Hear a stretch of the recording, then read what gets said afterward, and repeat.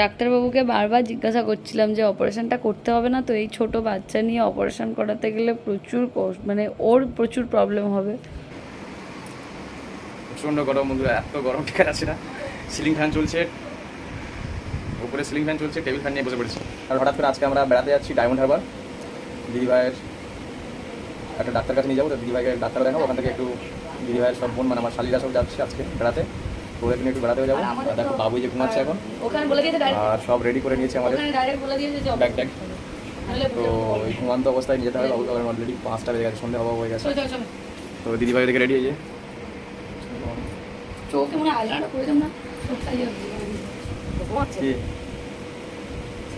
তো বন্ধুরা দেখো আমরা এখন বেরিয়ে পড়েছি সাজুগুজু করে, আর বোনেদেরকেও নিয়ে নিয়েছি। তো ওরাও দারুণ সেরেছে। আর এই দেখো সঙ্গে আছে আমার বোন আর বোনের ছেলে, আর পিছনে আছে আমার কাকুর মেয়ে। তো এই দিনটাকে হয়তো আর পাবো না, তো সবাই একসঙ্গে পাওয়া যায় না সত্যি, কেউ না কেউ বিজি থাকেই।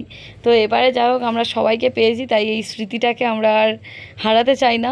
তাই জন্য আমরা সবাই মিলে একসঙ্গে মিট আপটা রাখলাম। তো এখন পৌঁছে গেছি আমাদের যে ডক্টরের কাছে দরকার, তো সেই ডক্টরের চেম্বারে যাওয়ার জন্য আমরা নেমে পড়েছি। আর কি যে আছে ভাগ্যে ভগবানই জানে, এই ছোট বাচ্চাকে নিয়ে অপারেশন মানে বুঝতে পারছো কতটা টেনশান। তো আমাদের ওখানকার ডক্টর তো হাল ছেড়েই দিয়েছে, বলেই দিয়েছে যে অপারেশন করতে হবে। তো আমরা শেষ চেষ্টা করার জন্য এই ডক্টরের কাছে যাচ্ছি। তো একজন মানে ভালো হয়ে গেছে সেইটা শুনেই সেই মানে আশাতেই আসা আর কি, আমারও ভালো হয়ে যাবে। তো তোমরাও ভগবানের কাছে প্রে করো যাতে তোমাদের শুভকামনায় আর ডক্টরের ওষুধে যেন আমার রোগ যেন ভালো হয়ে যায়, আর অপারেশন পর্যন্ত যেন না গড়ায়। অপারেশনের নামটা শুনলেই কেমন যেন ভয় ভয় লাগে। তো যাই হোক, রোগ হলে আর কিছু করার নেই। ছোট বাচ্চা নিয়ে ভীষণই টেনশন হয় যে যদি এরকম পরিস্থিতি হয়। তো আর বাবারও যেহেতু শরীর খারাপ, মানে আমার শ্বশুরমশাই, তো এইসব নিয়ে এত টেনশনের মধ্যেও তাও হাসি মুখে তোমাদের সামনে আসি, কি আর করব। তো চলো তোমরা দেখতে থাকো লাস্ট পর্যন্ত ভিডিওটা।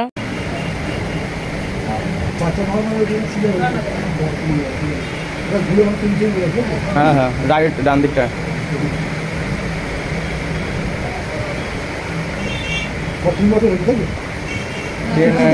3 বছরই হয়েছে। তো ডাক্তার দেখানো হয়ে গেল আমাদের, আর ডাক্তার আশ্বাস দিল যে ভালো হবে, এখন ভগবানের উপর নির্ভর। তো যাই হোক আমরা এখন উঠে পড়েছি টোটোতে, আর এখন যাচ্ছি আমরা ডায়মন্ড হারবার নদীর পাড়ে একটু হাওয়া খেতে যাব। আর ওখানে বুঝতেই পারছো নদীর ঠান্ডা ঠান্ডা হাওয়া, আর সঙ্গে আমি শুনেছি এখন মানে নদীর ধারে এখন মানে বিকেলবেলা করে মেলার মতো আর কি লোক হয়, আর মেলা বসে। তো ওখানে টাটকা টাটকা খুব ফ্রেশ খাবার পাওয়া যায়, বিভিন্ন স্ন্যাক্স পাওয়া যায়। তো আমরা তো অনেক দিন যাইনি, আর ওই জন্য জানিও না।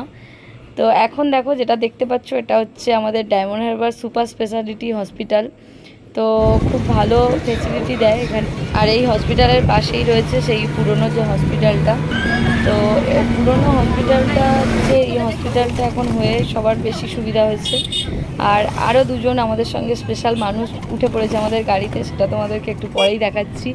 তো চলো এবার আমরা এসে পড়েছি নদীর ধারে, আর ঠান্ডা ঠান্ডা বাতাস অলরেডি আসছে, শরীরে লাগছে, খুব ভালো লাগছে। আর পাশে দেখো কত দোকান, শুধু দোকানে দোকানে ভর্তি। তো আর গরম গরম পকোড়ারও স্মেল উঠছে চিকেনের, তো খুব ভালো লাগছে। আর এই যে আই লাভ ডায়মন্ড হারবার, তো এগুলো আমি অনেক দিন আসিনি আর দেখিও নি। আর তোমাদেরকে যেটা বলছিলাম যে আমাদের সঙ্গে দুজন স্পেশাল মানুষ আছে, সেটা হচ্ছে এই যে ত্রিহানের মামা মামি, আর এই যে এটা দেখতে পাচ্ছ এটা হচ্ছে স্টেডিয়াম, এখানে অনেকে খেলছে দেখতে পাচ্ছি। তো এখন আমরা যাব নদীর দিকটায়, তো একটু নদী দেখতে এসেছি, আর নদী না দেখে খেয়ে নেবো, তাই একটু নদীর দিকটায় যাচ্ছি আর নদীটাকে একটু উপভোগ করব। তো এখানে এত লাইট, পুরো মুখ কখনো লাল হয়ে যাচ্ছে, নীল হয়ে যাচ্ছে। তো দেখো আমরা এখন চলে এসেছি একদম নদীর পাড়েই চলে এসেছি, আর নিচে কত লোকজন দেখো, নদীর একদম কাছাকাছি একদম দাঁড়িয়ে আছে। তো আমার দেখে ভয় লাগছে, আর বাবু আছে, আমরা তো মানে ভাবতেই পারবো না যে নিচে যাওয়ার কথা। আর এদিকে আছে জেটি, আর অনেকগুলো নৌকাও দাঁড়িয়ে আছে, যেহেতু অন্ধকার হয়ে গেছে অতটা ভালো বোঝা যাচ্ছে না। আর আকাশটা কত সুন্দর লাগছে। আর এদিকে দেখো ওর মামি পাহারা দিচ্ছে, আর দুই ভাগনা এখন নাচছে টোটোটাতে, মানে গান চলছে, ওরা খুব মজা করছে ওরা। আর এই যে দেখতে পাচ্ছ লাইট জ্বলছে, এটা হলো হলদিয়া, যেটা বলে কুগরাহাটি। হলদিয়া, তো ওই নদীর ওপাশটায় আমাদের কুকড়াহাটি, হলদিয়া এইসবই পড়ে।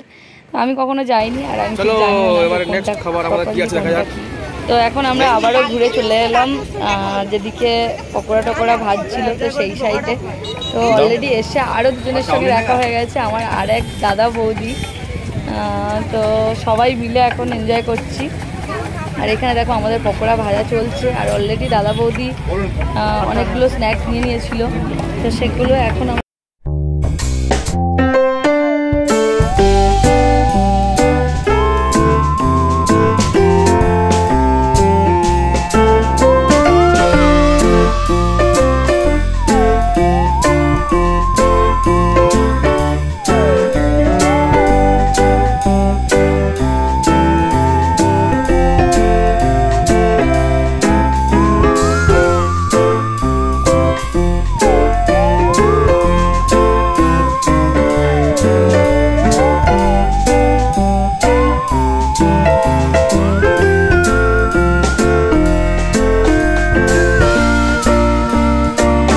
খাওয়া দাওয়া কমপ্লিট। তো এখন আমরা যাব রেস্টুরেন্টে, আর সবাই যেহেতু বিরিয়ানি ভালোবাসে তাই একটু বিরিয়ানি খাবে প্রত্যেকে। তো এখন দেখো চলে এসেছি আমরা রেস্টুরেন্টে, আর এখন যাচ্ছি উপরে। এই দেখো রেস্টুরেন্টটা কত সুন্দর।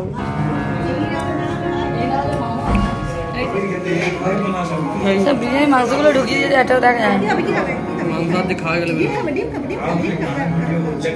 শুরু করো খাওয়া শুরু করো।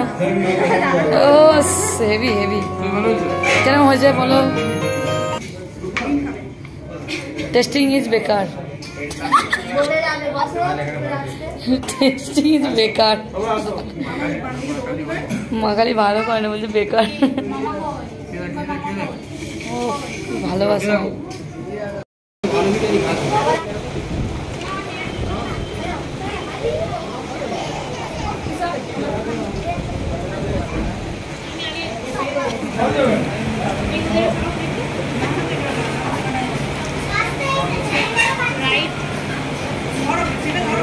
তো বন্ধুরা দেখতেই পাচ্ছ বিশাল আমাদের আড্ডা জমে উঠেছে, আর এদিকে খাওয়া দাওয়াও তেমনই জমে উঠেছে।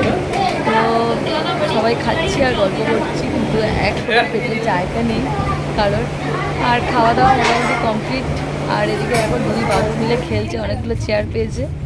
তো ফাইনালি এবার আমরা বাড়ির দিকে রওনা দেবো, কারণ অনেকটা রাত হয়ে গেছে, প্রায় 8:30 বেজে গেছে। তো চলো এবার নিচে যাওয়া যাক।